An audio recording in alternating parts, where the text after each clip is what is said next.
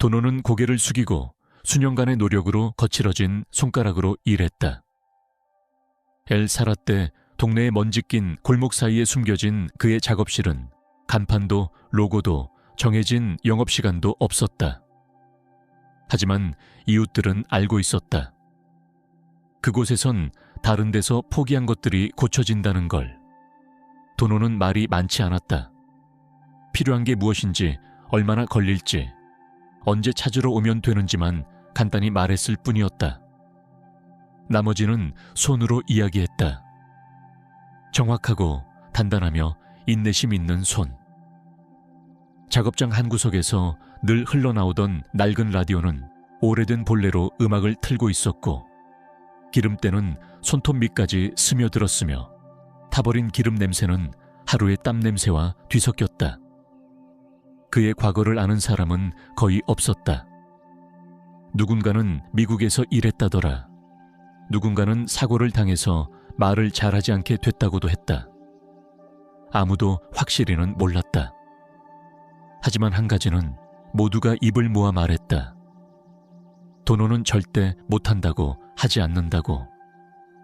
고장이 난 무언가가 들어오면 그는 반드시 시도했다. 그날 아침 햇살이 벌써 콘크리트를 달구기 시작할 무렵 최신형 하얀 SUV 한 대가 그의 작업실 앞에 멈췄다. 수입 차량으로 멕시코시티 번호판이 붙어 있었다. 반짝이는 차량과 녹슨 작업장이 이루는 대비는 분명했다. 운전석에서 내린 젊은 여자는 머리를 단정하게 따 올리고 얼굴 대부분을 가린 선글라스를 쓰고 있었다. 안전화에 주름 하나 없는 청바지, 흰 티셔츠 차림이었고 이 먼지투성이 작업장과는 전혀 어울리지 않았다. 당신이 불가능한 엔진을 고친다는 그 정비사예요? 그녀는 주변을 경계하는 눈빛으로 둘러보며 물었다. 도노는 손을 기름 묻은 헝겊으로 닦으며 고개를 끄덕였다. 여자는 트렁크로 가더니 이상한 엔진 하나를 꺼내었다. 덮개로 덮여 있었고 그녀는 무거운 금속 덩어리를 콘크리트 위에 질질 끌며 내려놓았다. 금속이 바닥을 긁는 소리가 났다. 이거 우리 공장 엔지니어 3명이 봤어요. 전부 고장났다고 했죠. 죽은 거라고. 근데 당신이 기적을 만들기도 한다더군요. 도노는 그 엔진을 만지지 않은 채 허리를 숙여 바라보았다. 작고 어두운 그의 눈은 낯선 설계를 스캔하듯 쳐다보았다. 이거 고치면 그녀가 비웃듯 도발하듯 웃으며 말했다. 나랑 결혼해요. 그 말은 마치 깊은 우물에 돌을 던지는 듯한 농담이었다. 도노는 아무 말도 하지 않았다. 단지 천천히 일어섰고 다시 손을 닦았으며 고개를 끄덕였다. 카밀라, 그녀는 눈썹을 치켜 올렸다. 반응 없는 그에게 놀랐다는 듯. 그리고 아무 말 없이 차량으로 돌아갔다. 못할 거야. 하지만 그가 어디까지 가는지 보고 싶어. 차가 떠난 후 도노는 홀로 남았다. 발 아래에는 그 엔진이 있었고 그의 머릿속에는 그 조롱 같은 약속이 열기 속에 떠다녔다. 그는 웃지도 분노하지도 않았다. 단지 공구 쪽으로 걸어가 조용히 작업을 시작했다. 첫 번째 부품이 작업대 위에 떨어졌다. 금속이 부딪히는 둔탁한 소리. 도노는 서두르지 않았다. 마치 모든 나사가 하나의 비밀을 담고 있는 듯이 분해해 나갔다. 밖에서는 도시가 익숙한 소음으로 윙윙거렸지만 작업장 안에서는 오직 선풍기의 윙윙거림과 공구가 금속을 스치는 소리만 들렸다. 그것은 평범한 엔진이 아니었다. 명백히 공장에서 나온 설계가 아닌 누군가의 손이 개조한 흔적이 보였다. 도노는 부품들을 바라보며 묘한 그리움이 어린 눈빛을 띄었다. 마치 각각의 부품이 과거의 한 조각인 듯 그는 낡은 노트를 꺼내어 도면을 그리기 시작했다. 숫자도 공식도 아닌 선과 형태, 그리고 압력점들. 그 무렵 카밀라가 근무하는 자동차 공장의 회의실에서는 시원한 에어컨 아래 몇몇 엔지니어들이 태블릿으로 기술 보고서를 검토하고 있었다. 진짜로 그 정비사한테 맡겼다고? 한 엔지니어가 비웃으며 물었다. 카밀라는 고개도 들지 않았다. 못 고칠 거예요. 하지만 최소한 못한다고 말할 정도의 자존심은 있는지 보고 싶었죠. 그 자리에 있던 다른 이들이 웃음을 터뜨렸다. 프로젝트 책임자는 생각 없이 말했다. 그 엔진 가격이면 실험실에 맡겼어야지. 이름도 없는 작업장에 왜? 바로 그 이유예요. 그녀는 냉정한 어조로 말했다. 그러나 그녀의 눈에서는 다른 것이 느껴졌다. 단순한 조롱이 아니었다. 어쩌면 오래된 분노, 아주 깊숙한 곳에서 솟아나는 무언가. 한편 도노는 여전히 작업을 이어갔다. 엔진에는 탄 흔적이 있었고 맞지 않는 부품들도 있었으며 일부러 조작된 듯한 작은 센서도 보였다. 단순한 고장이 아니었다. 누군가가 덫을 놓은 것이 분명했다. 그러나 그는 묻지 않았다. 불평도 없이 단지 분해하고 분석하고 기록했고, 밤이 되자 책상 조명을 켜고 손잡이 없는 컵에 식은 커피를 마시며 눈이 저절로 감길 때까지 깨어 있었다. 다음 날 아침 익숙한 실루엣이 작업장 문틈으로 얼굴을 내밀었다. 11살 된 소년 차바였다. 가끔 심부름을 하거나 도노가 작업하는 모습을 몰래 보러 오던 아이였다. 이 엔진 경주용이에요? 궁금한 듯 물었다. 도노는 말없이 손짓으로 그를 부르며 가까이 오게 했다. 되게 복잡해 보여요. 진짜 고칠 수 있어요? 도노는 아무 대답도 하지 않고 헐거운 케이블 하나를 가리키더니 렌치를 건넸다. 차바는 마치 큰 비밀을 전수받은 듯 활짝 웃었다. 그날 오후 카밀라는 다시 왔다. 단지 호기심이었다. 사기극이 어디까지 가는지 보고 싶었던 것이다. 그러나 그녀가 마주한 광경은 예상 밖이었다. 엔진은 이미 거의 완전히 분해되어 있었고 작업대 위에는 각각의 부품이 질서 있게 정리되어 있었다. 죽은 줄 알았던 엔진이 숨을 쉬고 있었다. 카밀라는 입술을 꾹 다물었다. 아무 말도 하지 않았지만 처음으로 의심이 들기 시작했다. 그 후 며칠은 같은 리듬으로 흘러갔다. 숨막히는 더위, 기름 냄새, 그리고 말을 아끼지만 모든 걸 보는 한 남자. 엔진은 작업대 위에서 여전히 조각난 채 놓여 있었다. 마치 설명서 없는 퍼즐처럼. 카밀라는 다시 오지 않았다. 대신 기술자 한 명을 보냈다. 젊고 거만하고 선글라스를 끼고 입계는 자만한 미소를 띤 남자였다. 자신을 이반이라 소개했지만 도노가 그 이름을 기억하리라 기대하진 않았다. 아직도 엔지니어 흉내나 내고 계세요? 그는 쩝쩝 소리를 내며 껌을 씹으며 말했다. 도노는 그를 쳐다보지도 않았다. 유리처럼 조심스레 밸브를 닫고 있을 뿐이었다. 그 엔진이 얼마짜린 줄 알아요? 이반은 말을 이어갔다. 당신 연봉 몇 배는 된다고. 더 망가뜨리면 부스러기까지 청구할 거예요. 조용히 빗자루질을 하고 있던 차바가 그 말을 듣고 멈췄다. 빗자루를 꼭 쥐며 도노를 바라봤다. 뭔가 반응이 있기를 기대하며. 하지만 도노는 단지 밸브를 옆에 내려놓고 손을 닦은 뒤 엔진 쪽으로 다가갔다. 그리고 버튼을 눌렀다. 아주 미세한 진동음이 금속을 타고 흘렀다.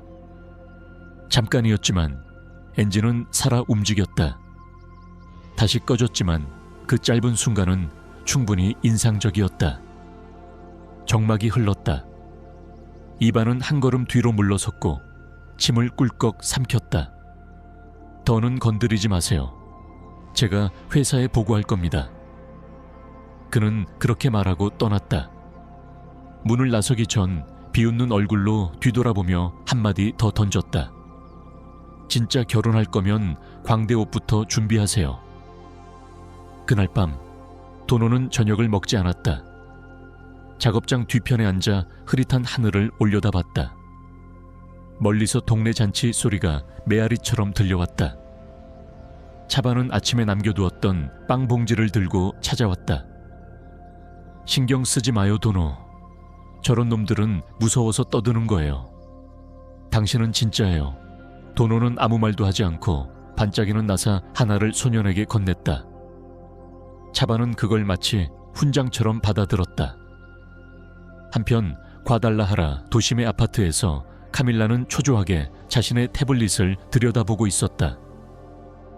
그녀는 기술 사진들을 확대하고 축소하며 무언가를 찾는 듯 했지만 정확히 뭘 찾고 있는지는 자신도 몰랐다.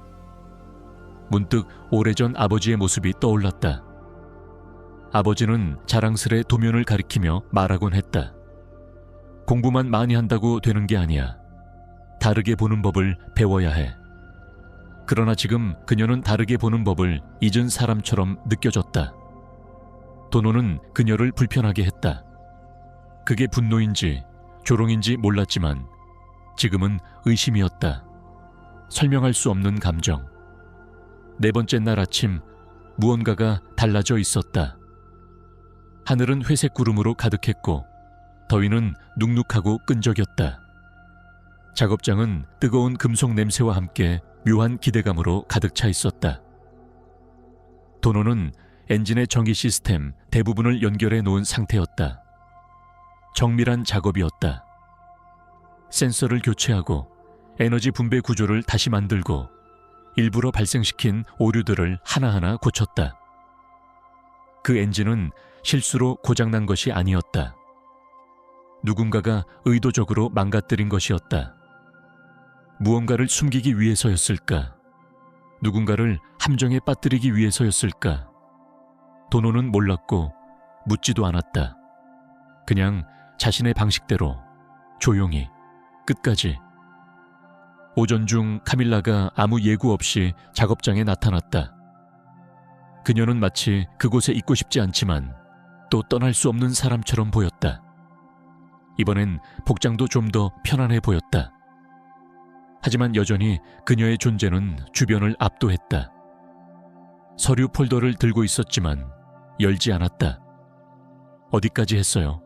인사도 없이 물었다. 도노는 조용히 손짓으로 완전히 재조립된 엔진을 가리켰다. 아직 시동은 걸지 않은 상태였다. 카밀라는 다가가 디테일을 유심히 들여다보았다. 그녀는 찡그렸다. 이거 원래 도면이랑 달라요. 도노는 자그마한 종이 한 장을 꺼냈다. 손으로 직접 그린 새로운 설계도였다. 카밀라는 그걸 바라보다가 잠시 말을 잇지 못했다. 이건 원래대로라면 작동하지 않아야 하는데. 그녀는 침을 삼켰다. 말이 돼요. 이 방식이 오히려 더 효율적이야. 그녀의 목소리가 처음으로 달라졌다. 더 이상 거만하지 않았고 놀라움이 담겨 있었다. 마침내 그녀는 편견 없이 도노를 바라보고 있었다. 그러나 그 순간이 차에 끝나기도 전에 이반이 다시 작업장 문을 열고 들어왔다. 이번엔 다른 2명의 엔지니어와 함께였다. 그들은 휴대폰을 들고 카메라를 켜둔 상태였다. 기적의 공연이 시작되려나 보군요. 누군가 농담처럼 말했다. 다른 사람은 이미 영상을 찍고 있었다. 카밀라는 아무 말도 하지 않았다. 그녀가 부른 이들이 아니었지만 그들을 막지도 않았다. 공기 속의 긴장감이 뚜렷해졌다. 도노는 한마디 말도 없이 밸브를 돌리고 다이얼을 조정했다. 깊은 숨을 들이쉰 뒤 시동 버튼을 눌렀다. 엔진은 폭발처럼 울린 게 아니었다. 깨어나는 듯한 소리였다. 안정되고 일정하며 깨끗한 진동. 기계적인 기적. 먼지 가득한 이 작은 작업장에서 태어난 기술의 기적. 그 순간 아무도 말을 하지 않았다. 엔진 소리만이 공간을 가득 채웠고 그것은 살아있는 생명처럼 고르게 떨렸다. 하지만 정적을 깬 건 이반이었다. 그는 비웃음 섞인 웃음을 터뜨리며 외쳤다. 보라고, 마법사가 해냈대. 다른 엔지니어들도 따라 웃으며 말했다. 이제 뭐야 카밀라? 그 정비사랑 진짜 결혼할 거야? 조롱이 담긴 웃음이 공간을 가득 메웠다. 한 명은 촬영을 계속했고 다른 한 명은 더 큰 소리로 외쳤다. 반지부터 준비해야겠네, 그치? 카밀라는 움직이지 않았다. 반박하지도 않았고 도노를 변호하지도 않았다. 부정하지도 않았고 긍정하지도 않았다. 단지 희미한 미소를 지었고 고개를 숙였다.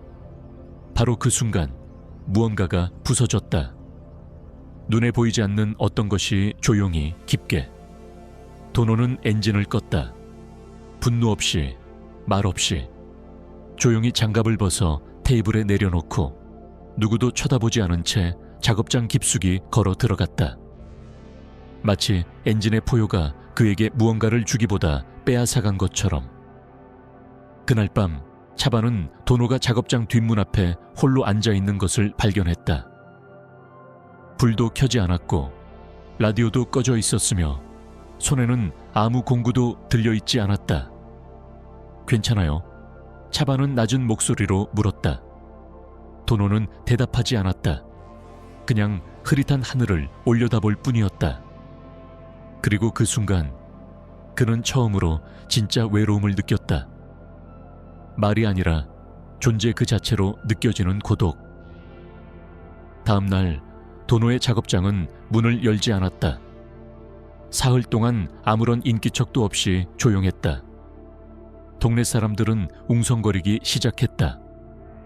어떤 사람들은 그가 도시로 이사간 거라고 했고 어떤 사람은 대기업에 채용되었다고 추측했다. 하지만 차바는 알고 있었다. 도노는 여전히 그 안에 있었다. 아무도 보지 못하는 무언가를 고치고 있었던 것이다. 해가 지고 철제 지붕 위로 빛이 사라져갈 무렵 한 노부인이 작업장에 도착했다. 천천히 걸었고 손에는 봉투 하나를 들고 있었으며 눈빛에는 너무 많은 것을 본 사람만이 지을 수 있는 무거운 기색이 담겨 있었다. 차바는 그녀를 알아보았다. 엘레나 아주머니였다. 골목 끝에 사는 분으로 매년 12월이면 도노에게 공짜로 따뜻한 타말레를 가져다 주던 사람이었다. 그는 괜찮니? 아주머니는 차백에 조용히 물었다. 소녀는 고개를 끄덕였지만 웃지는 않았다. 엘레나는 작업장 입구 옆 의자에 천천히 앉았다. 그리고 한참의 침묵 끝에 입을 열었다. 사람들은 도노가 원래 말도 없고 다친 사람인 줄 알아. 하지만 그가 이곳에 처음 왔을 땐 그렇지 않았어. 차바는 그녀를 뚫어지게 바라보았다. 그녀가 이렇게 말이 많은 건 처음이었다. 그에겐 어린 딸이 있었단다. 이름은 마리안나. 그리고 아내 라우라. 다른 주에 살았지. 그런데 어느 날 고속도로에서 사고가 났어. 다 잃었지. 차바는 눈을 깜박이지 않았다. 아주머니의 목소리는 떨렸고 그러나 담담했다. 장례식이 끝난 후 도노는 이곳에 왔단다. 몇 주간 아무 말도 하지 않았어. 매일 일만 했지. 그러다 낡은 엔진 하나를 고치기 시작했어. 그게 그에게 평화를 다시 줬어. 그 후로 그는 단 한 번도 그녀들에 대해 말하지 않았어. 단 한 번도. 소녀는 목이 꽉 막히는 것을 느꼈다. 누구도 몰랐고 아무도 묻지 않았다. 도노는 설명하지 않았고 사람들도 이해하려 하지 않았다. 그날 밤 카밀라는 또 한 번 작업장을 찾았다. 이번에는 어떤 서류도 없었다. 변명도 명분도 없이 단지 작은 노트를 들고 있었다. 그녀가 도착했을 때 작업장 문은 며칠 만에 처음으로 열려 있었다. 도노는 서 있었고 그 유명한 엔진 앞에서 부품을 하나씩 분해하고 있었다. 고치기 위해서가 아니었다. 정리하기 위해서, 작별을 위해서. 엔진 때문이 아니에요. 카밀라는 낮고 부드러운 목소리로 말했다. 도노는 대답하지 않았지만 그녀를 쫓아내지도 않았다. 내가 당신을 부셨던 사람 중 하나였어요. 그리고 알아요. 엔진을 고치는 게 진짜 어려운 게 아니라는 걸. 도노는 그녀를 바라보았다. 그녀는 조심스럽게 말을 이었다. 당신이 잃은 걸 알아요. 그건 어떤 수리로도 회복되지 않죠. 침묵이 흘렀다. 그녀는 계속 말했다. 나도 잃은 게 있어요. 사고로 잃은 건 아니지만 느리게 조금씩 내가 아닌 사람으로 변해갔어요. 듣지 않고 보지 않고 웃어야 할 때 조롱하고 침묵해야 할 때 말했죠. 그런데 당신이 나를 멈추게 했어요. 보게 했어요. 도노는 고개를 숙였다. 그의 뺨을 따라 조용히 눈물 한 줄기가 흘렀다. 어떤 소리도 나지 않았지만 그 침묵은 말보다 더 무거웠다. 카밀라는 그에게 노트를 내밀었다. 그녀가 오래전에 포기했던 프로젝트 노트였다. 아이디어와 설계가 빼곡히 담긴 그것. 기업에서 일하라는 건 아니에요. 그냥 이걸 함께 해보자는 거예요. 당신과 나, 동등한 입장에서. 카메라도 헛된 약속도 없이. 도노는 그녀를 바라보았다. 고개를 끄덕이지도 않았고 말도 하지 않았다. 단지 노트를 열고 천천히 그림을 그리기 시작했다. 그리고 그 조용한 선에서 무언가가 천천히 다시 연결되기 시작했다. Seguimos con el siguiente bloque.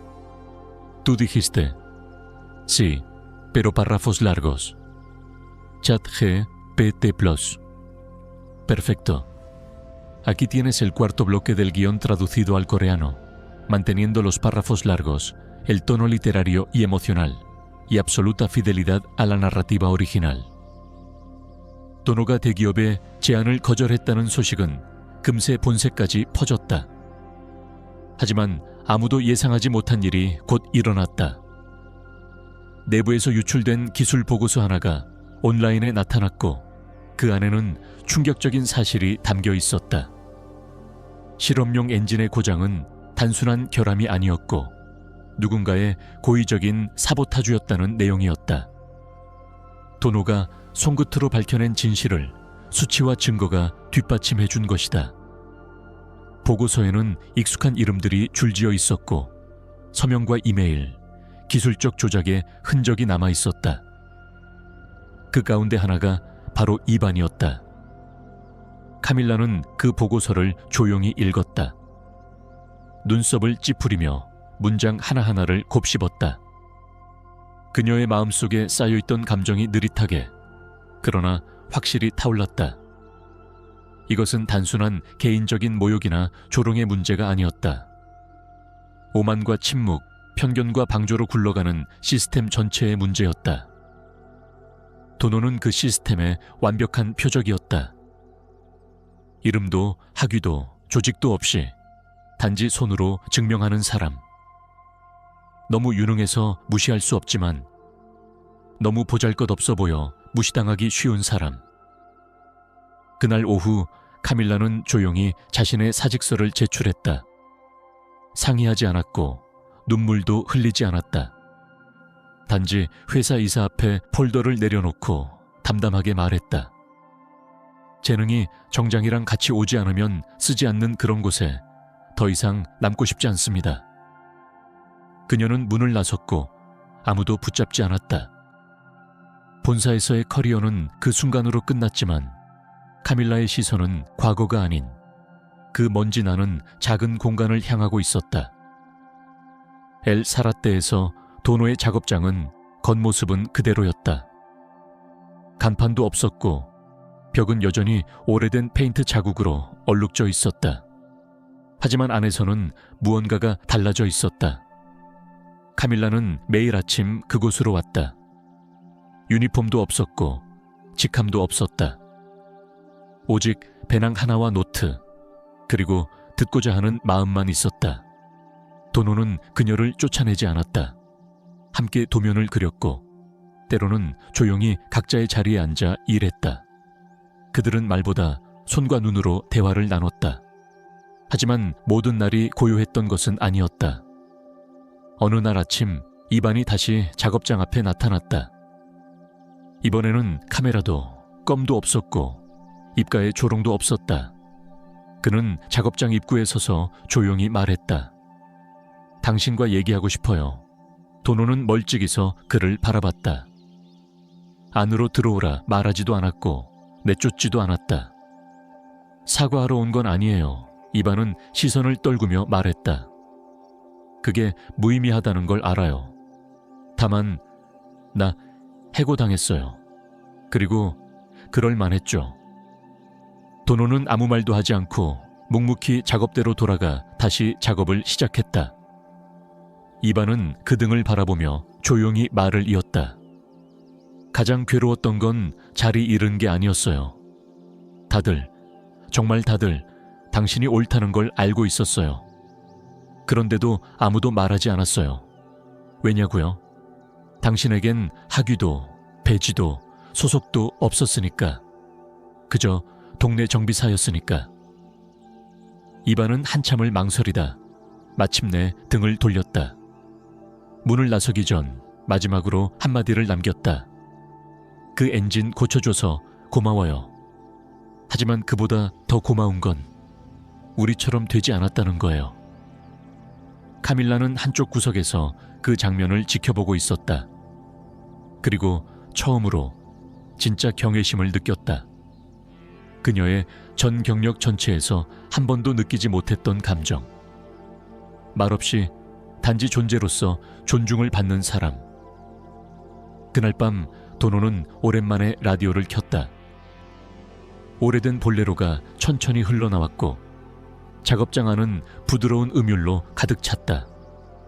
카밀라는 커피를 내어와 그의 옆에 앉았다. 이제 우린 뭘 해야 할까요? 그녀가 물었다. 도노는 새 종이를 꺼내 연필을 깎고 천천히 무언가를 설계하기 시작했다. 이제 우리가 만들 차례야. 허락받지 않고. 카밀라는 미소 지었다. 그가 말을 했기 때문이 아니라 마침내 그의 침묵을 들을 수 있게 되었기 때문이었다. 그로부터 6달이 흘렀다. 과거에 간판도 없던 그 자리에 이제는 작지만 단단한 철제 건물이 세워져 있었다. 아직 페인트 칠도 덜 되었고 창문엔 먼지가 묻어 있었지만 그 안에는 새로운 공간이 자라나고 있었다. 책상, 도면, 그리고 사람. 그것은 기업도 아니었고 단순한 기술센터도 아니었다. 이름은 아직 없었지만 분명히 영혼은 있었다. 도노와 카밀라는 함께 있었다. 거리의 경험과 학문적 지식이 충돌하지 않고 서로를 보완하며 하나로 녹아드는 공간. 도면을 읽든 귀로 엔진 소리를 구별하든 중요한 건 단 하나, 이해하고자 하는 의지였다. 카밀라가 예전에 노트에 적어두고 포기했던 프로젝트는 이제 현실이 되었다.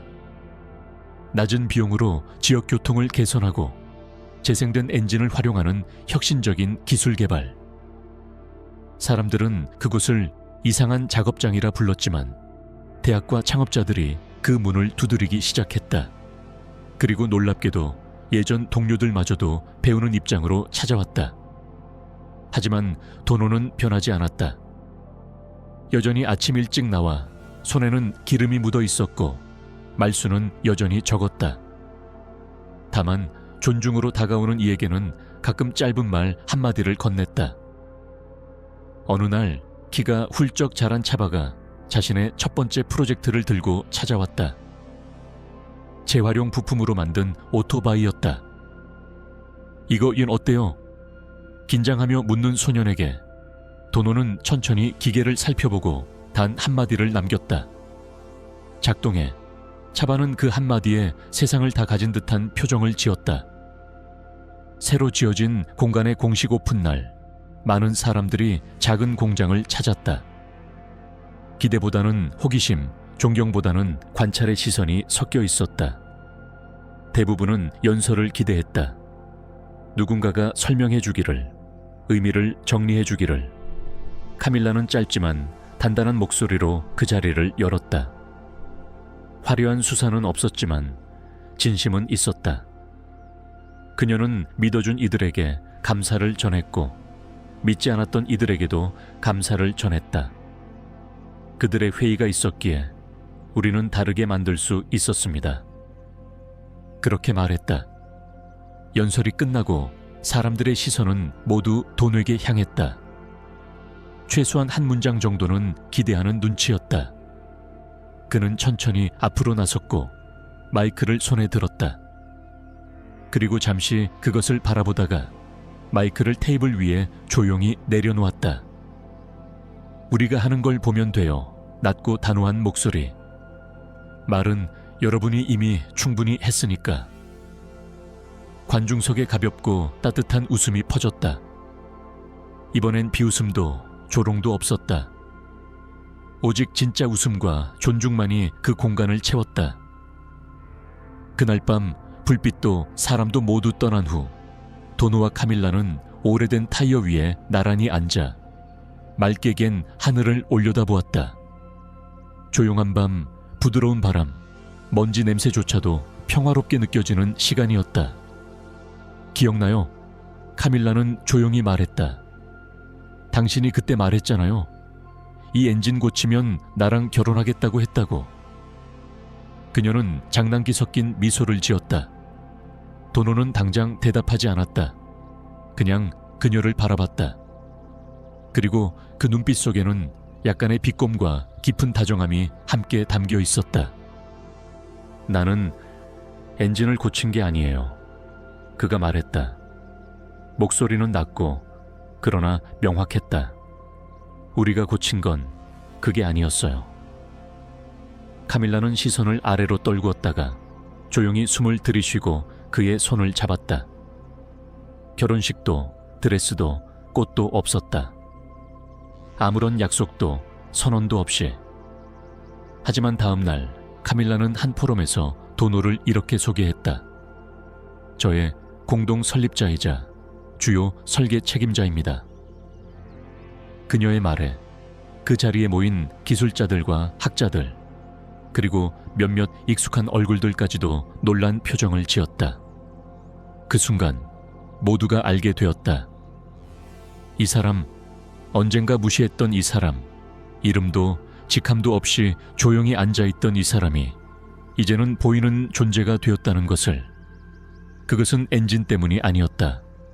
그 안에 담긴 것, 그의 손안에 있던 진실, 그의 침묵 속에 있던 존엄 때문이었다. 한 줄기 빛처럼 이제야 비로소 사람들은 도노를 보게 된 것이었다. 그 뒤로 그 작은 작업장은 점점 더 많은 사람들의 발걸음을 받게 되었다. 연구자, 기술자, 학생, 발명가, 그리고 동네 청년들까지.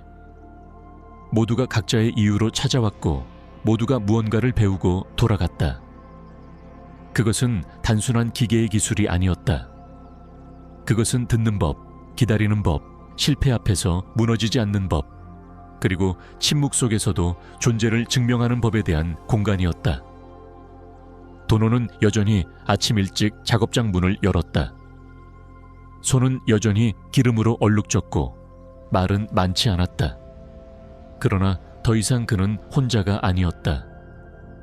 그의 옆에는 항상 카밀라가 있었고 한쪽 구석에서는 자라나는 청년들이 공구를 다루고 있었으며 벽에는 손으로 그린 도면들이 걸려 있었다. 엔진은 여전히 돌아갔고 아이디어는 계속 만들어졌으며 그들만의 방식으로 세상과 연결되고 있었다. 도노는 말하지 않았다. 하지만 누구보다 많은 것을 이야기하고 있었다. 손으로, 눈으로, 존재로. 그리고 그것은 누구도 부수지 못할 언어였다.